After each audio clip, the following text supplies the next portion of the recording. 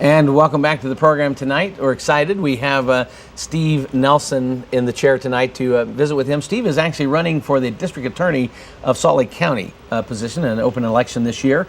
We have been doing a series, and we are going to continue that next week, on great cities in Utah, where we're meeting the different mayors and having them brag about their cities here along the Wasatch Front.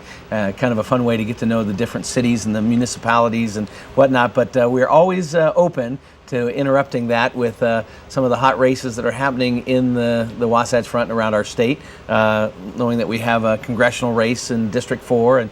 And one of the other exciting races certainly would be the race that Steve is involved with, Sim Gill, the current District Attorney for Salt Lake County, and that's something that the voters of the Salt Lake County will decide this coming fall. So Steve Nelson, welcome to our program. Thanks. Sure, nice to be here. I appreciate you having me. Great to have you. Thanks for taking some time on the campaign trail to Happy to do it. meet with our viewers and our audience here. Hopefully that will give you some exposure. Now, Steve, you are running for the District Attorney's position. You currently work in that same office. That's correct. I'm a unit chief at the District Attorney's office. I've been a prosecutor for about 12 years. All right. And so looking forward to kind of learning about your interest in that role and whatnot. But let's start off a little bit just getting to know you as a candidate and as a person. Raised in Utah, or what's your background? I was raised in Utah. In fact, I didn't go to high school all that far away from where we are right now. I went to West High School. Okay. I grew up in the Avenues area of Salt Lake City. All right. I live in Sugar House now. My wife, who is also a lifelong city resident, my wife is the daughter of a retired city firefighter. Okay. She and I are both lifelong Salt Lake City folks. We've got 4 kids. We've got a 9-year-old, a 6-year-old, both of whom started school today. Okay. And we have 3-year-old twins. All right, excellent. We've been married since 2000 and are having a great time together. We have a busy home, with young kids like that. Now, being that you were raised in Salt Lake, do you wear red or blue? Well, or where'd you go to school? I have 2 degrees from the University of Utah. That's where I went to law school, and I have a PhD from the University of Utah as well. I have a PhD in political science. Fantastic. So I do some teaching at the University of Utah. And do you work with the Hinckley Institute at all? Or? I do. The Hinckley Institute is a kind of an adjacent organization to the Department of Political Science, which is my home department. Oh, wow. But a lot of the students that I teach do internships through the Hinckley Institute of Politics. If you or any of your viewers know somebody who has a degree in political science from the University of Utah that they've earned in the past, 8 to 10 years or so, there's a good chance they took a class or 2 from me while they were there. And in that role, which is just kind of an interesting side note, what are some of your specialties, or what areas do you teach in political science? I teach a lot of the law classes that the political science department offers. I teach public policy classes. I've taught immigration policy, I've taught environmental policy. I'm a little bit of a jack of all trades when it comes to political science teaching. So it's so interesting there, and this again is a little bit of an aside, but with your background and knowledge, it'd be interesting to see your perspective. Where we get our politicians is an interesting thing. A lot of times we get our politicians from the legal profession. A lot of people are lawyers or maybe have some corporate background. There is the term citizen politician, someone who may not necessarily have the background, but runs and gets elected and kind of has an interest and a passion. But we rarely have scholar politicians. I mean, we did have a president who had an earned PhD, I believe. President Woodrow Wilson had a PhD. That's and was correct. the president of the university. Professor at Princeton University. Exactly. But it's not common that we have politically trained, PhD trained or academics in the role of politician. Do we need more academics in political life, or what is your thought? I have never once been asked that question before. What I would say is that I guess the University of Utah's department is a little bit unique in that way, in that I'm a member of that faculty. I have taught there for many years, and I'm running in a political race right now. Another member of that faculty is a member of the Salt Lake City Council. His name is Luke Garrett. And he's expressed some interest in running for Salt Lake City mayor. So maybe it's just our department is a little bit more politically active in terms of actually running for office as opposed to just researching and writing about it. But for me, I think it brings an interesting perspective to things, because I've looked at things from an insider's perspective as a courtroom prosecutor who spends my day prosecuting people, trying cases to juries, conducting preliminary hearings, that type of thing. But I've also been in the classroom and had an opportunity to look at these issues from an academic perspective. Well, that's impressive, and I think, as our viewers consider, particularly our Salt Lake County viewers, because they would be the ones engaging the election that you're running for, that you bring both and, that you bring that theory, you bring education, you bring that background of your studies, and also being a professor in the political science community, but also bringing the practical day-to-day utility of what you do as a profession, and that you are trying cases and you're involved in the front lines of prosecution and whatnot here in the community. So yeah, I'd like to think of it as kind of a unique perspective Yeah. that only I can bring. Yeah, very good. Well, that is what viewers need to know when they consider their candidates, what they bring to the table, and what assets they might have to Sure. do that job. I think again, we have a generally speaking, all the lawyer jokes that abound, there, and a kind of sense, and knowing that many of our politicians are from a legal background and profession. It's kind of an interesting dichotomy that we have this low view, but we also have this reality that many are, and I think good variety and bringing your unique assets to the office that you're seeking is good to know about. So knowing that about you, and you're a young man of 39, so you bring That's a lot of correct. youth and energy that way. There was a day in which you decided, I'm running for the district attorney's position. What was that catalyst? What was that tipping point? Or what led up to your decision to go ahead at this point in your life to run for this office? Sure. For me, being the district attorney is about protecting people in our community. Okay. So all of what I do as a prosecutor is I stand up on behalf of victims and on behalf of the community itself and try to seek justice, which to me means doing the right thing all the time, no matter what is politically expedient, no matter Yeah, what's best for there you your go. personal relationships, and especially not what's necessarily best for you personally. I believe that being a district attorney is important because we're protecting people, we're protecting the community, but being the district attorney is also about having a working relationship with law enforcement, a partnership, if Yeah, you will. yeah. And right now I believe that partnership is broken. Okay. So I think that police officers and prosecutors ought to have a relationship where they can communicate respectfully with each other, where they can sometimes disagree with each other, Right. but they have that underlying professionalism where they can have those disagreements Yeah. behind closed doors, can work things out, and can ultimately move forward and work on behalf of what's best for everybody's safety in the community. Without commenting on the current situation between the current district attorney and the law enforcement, I just want to validate what you're saying. In April, I was able to arrange a group of local clergy to go and visit the new law enforcement center, or what, I don't know, right across from the county city building. What's that called? The new police station Yeah, for the the police Salt Lake station. City Police Yeah, Department? Exactly. The fire and police are kind of in a combined facility, beautiful new facility for Salt Lake County. We went and had a nice visit there, and one of the reasons that we did that is that I told our pastors, what we need to know, not just the cop on the street here and there, but we really need to know those that are involved in the the city office and get to know the leadership there. And we met with several of the detectives, and they were able to kind of inform us on good procedural things to do when we encounter situations that might entail calling the law enforcement community. But that's exactly what you just said is exactly my heart, is that in an environment, in a city government, in a county government, in a statewide position, where there is good relationship and good communication, better things can be done. And if there is a breakdown in that existing relationship between law enforcement and the office that you're involved with there, then that would be an essential thing to repair and make stronger. Well, I think so too, because ultimately it's the victims in the community that suffer when law enforcement,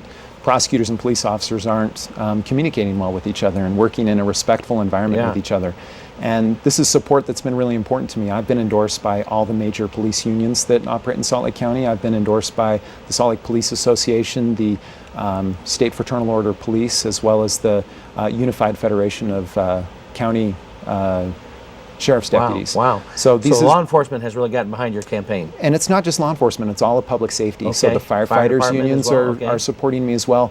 And just the other day, the Utah Public Employees Association endorsed me. So Wow. essentially my coworkers who work on behalf of everybody who is a citizen of the state also believe that I'm the best person to be the district attorney.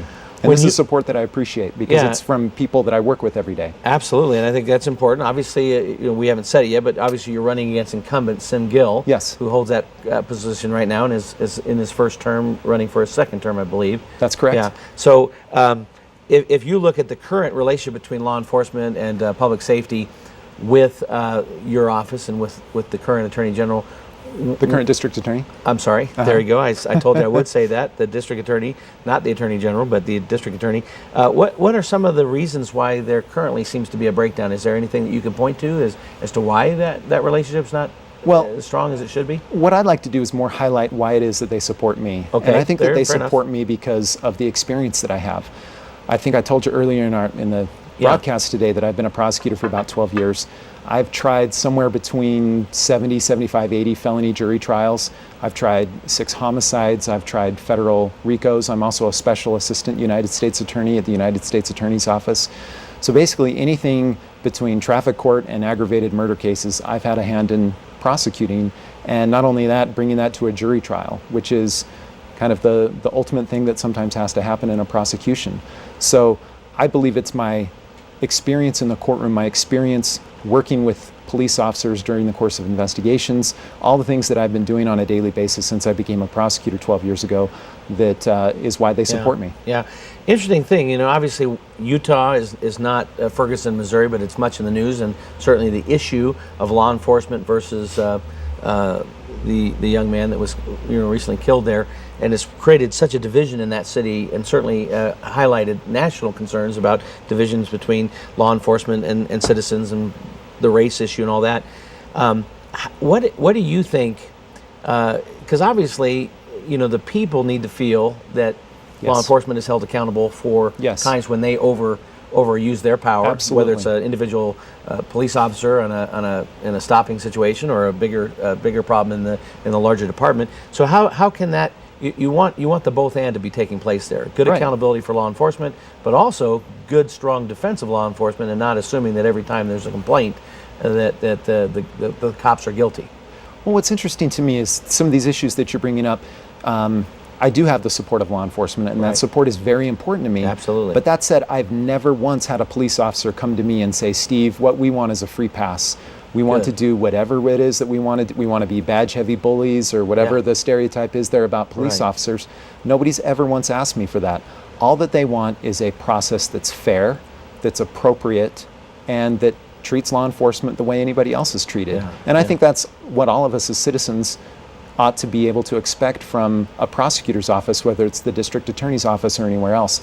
I personally think of the Justice Department of the United States as the rock of the federal government, where anybody in the United States knows if I want a fair shake, completely free of any sort of partisan bias or personal bias, I ought to be able to expect that of the Justice Department. I personally believe that the District Attorney's Office of Salt Lake County ought to be the exact same way. We ought to be the rock of Salt Lake County government. And certainly in the recent indictment of the 2 former attorney generals of the state of Utah, that allegation from Mark Shurtleff was clearly made against your opponent, that he feels he's using that office in a partisan kind of way, or in kind of in a more of a I don't know what the right term is, but he certainly made that accusation that he felt it was not a fair assessment of what has gone on. Yes, and I have heard that press conference and read some of the things that Mr. Shurtleff has said. And as an experienced ethical courtroom prosecutor, I take my professional responsibilities very seriously not to talk about the facts of cases before the media when they haven't been adjudicated.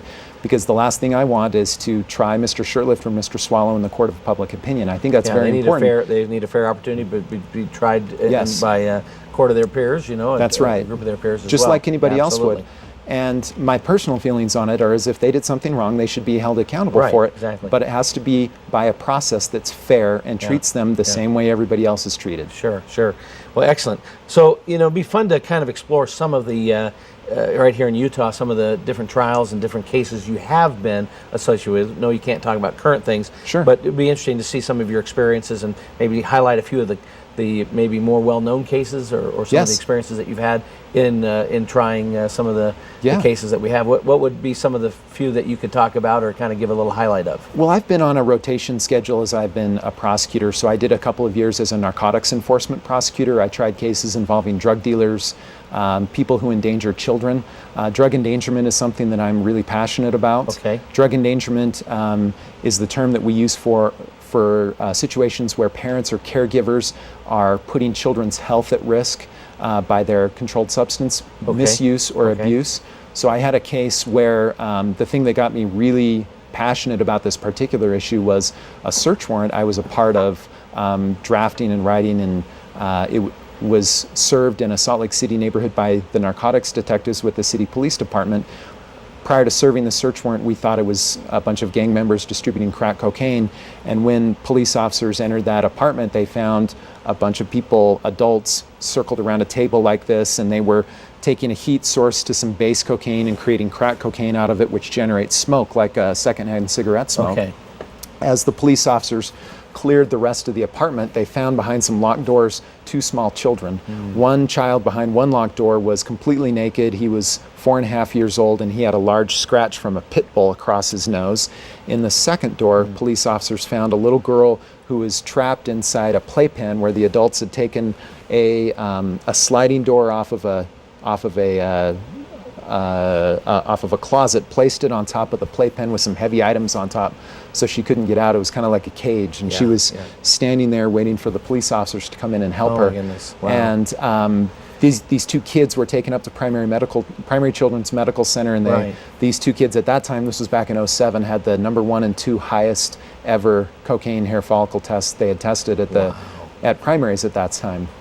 So these kids were helped by the police officers. They were eventually adopted out into families that cared for them. were a little bit better able, in a better position, I guess is the best way to put it, to be there and be appropriate parents for them and help them. And the last I heard, they were doing very well. But this particular situation spurred me to action as it relates to drug endangered children. I started writing scholarly articles as part of my work at the university about drug endangered children.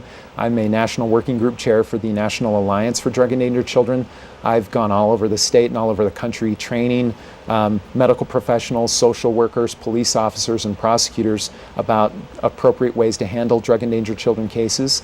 And these are things that are very important to me as a prosecutor, and things that I've tried to pass on to students and to practitioners and other people that I work alongside with every day as we attempt to protect drug endangered children from drug dealers. You know, it's such a fascinating nuance. Again, I think our viewers, and I'm hoping that you're listening into this, that you know, in the arena of illicit activity, you know, drug abuse and selling of drugs and things like that, there's kind of a side story being told here right now about, you know, children of these individuals who obviously are making drugs and selling drugs, and they have children, so they don't know what to do with them, and they don't have child care or the resources, so they just bring them along to work, I guess, you know. And I see it happen every day. It's horrible. And they're the victims, the additional victims of this behavior and this illicit activity of drugs in our society, and they become the victims even from their own parents, just not having the wherewithal to care for them and provide for them in a substantial way.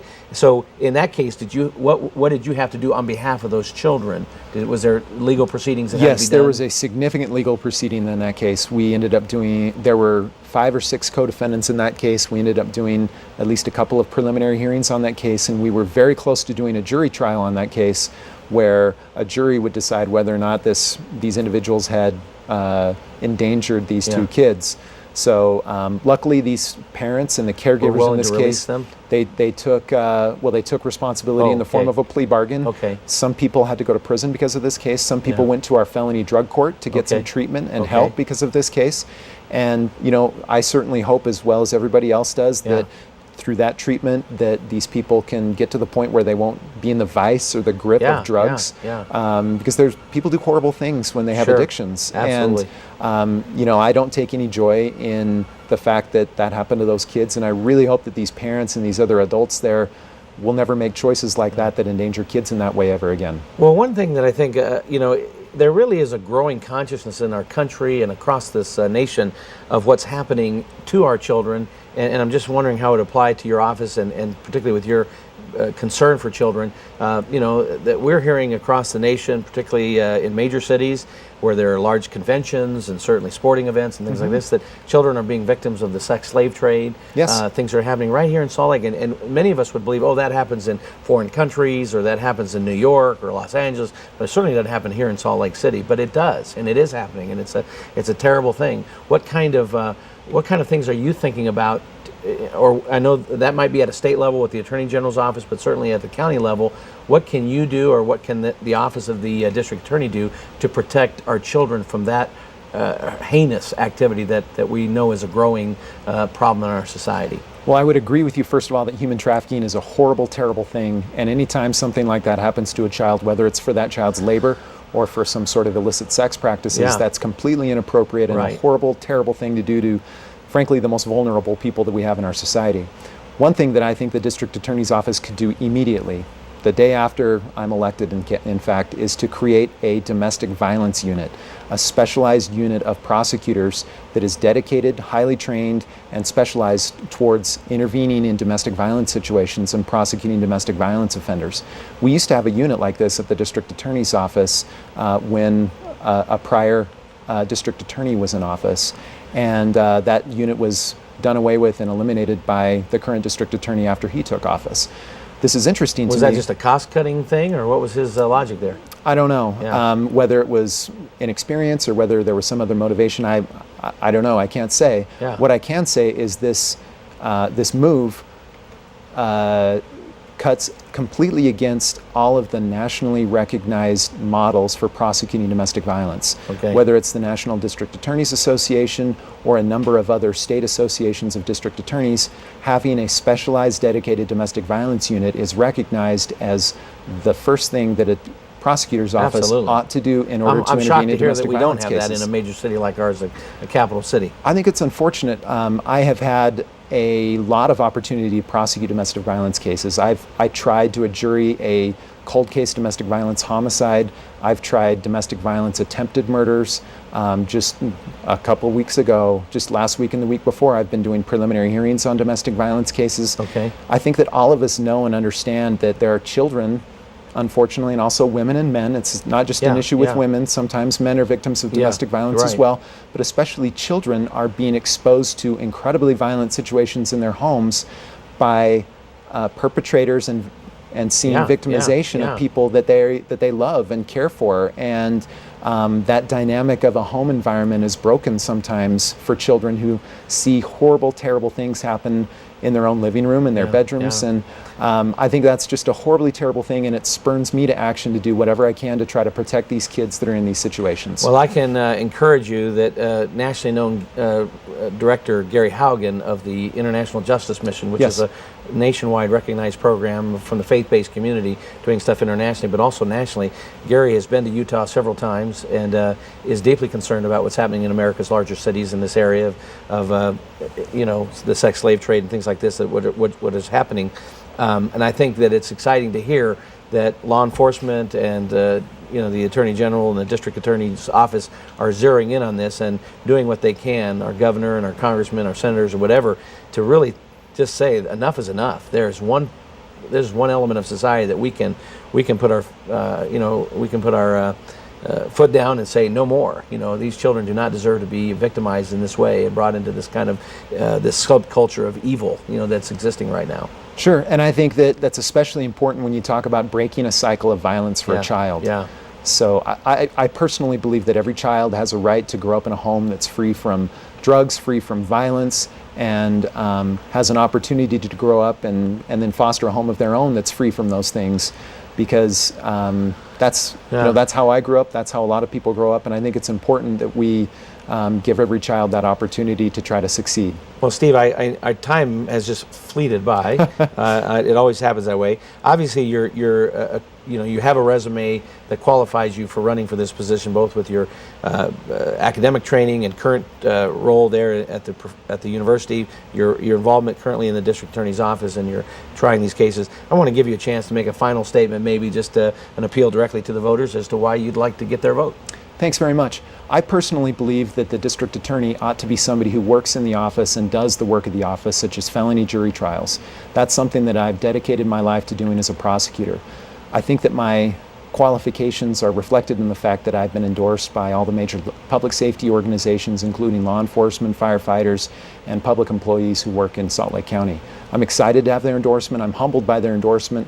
I'm working hard to convince the voters that I'm the right person for this job, and I look forward to meeting as many of you as I possibly can as I'm out at events, as I'm out knocking doors in people's neighborhoods, and getting to know you in any way that I can. And I appreciate your time today, and I'm so glad that I could be here. Oh, excellent. You've been a great guest. You know, we don't tell you how to vote here on What's Up Utah, but we do always tell you to vote. So get informed on both the incumbent Sim Gill and our current guest here, Steve Nelson. Evaluate the two candidates and make an informed choice. Don't be a passive voter. Be an engaged voter and do vote. And if you don't vote, then you don't have any right to complain afterwards. So we want to thank you for being our guest, and we're going to be right back after this quick break. said, it goes pretty quick. Bada bing, bada boom.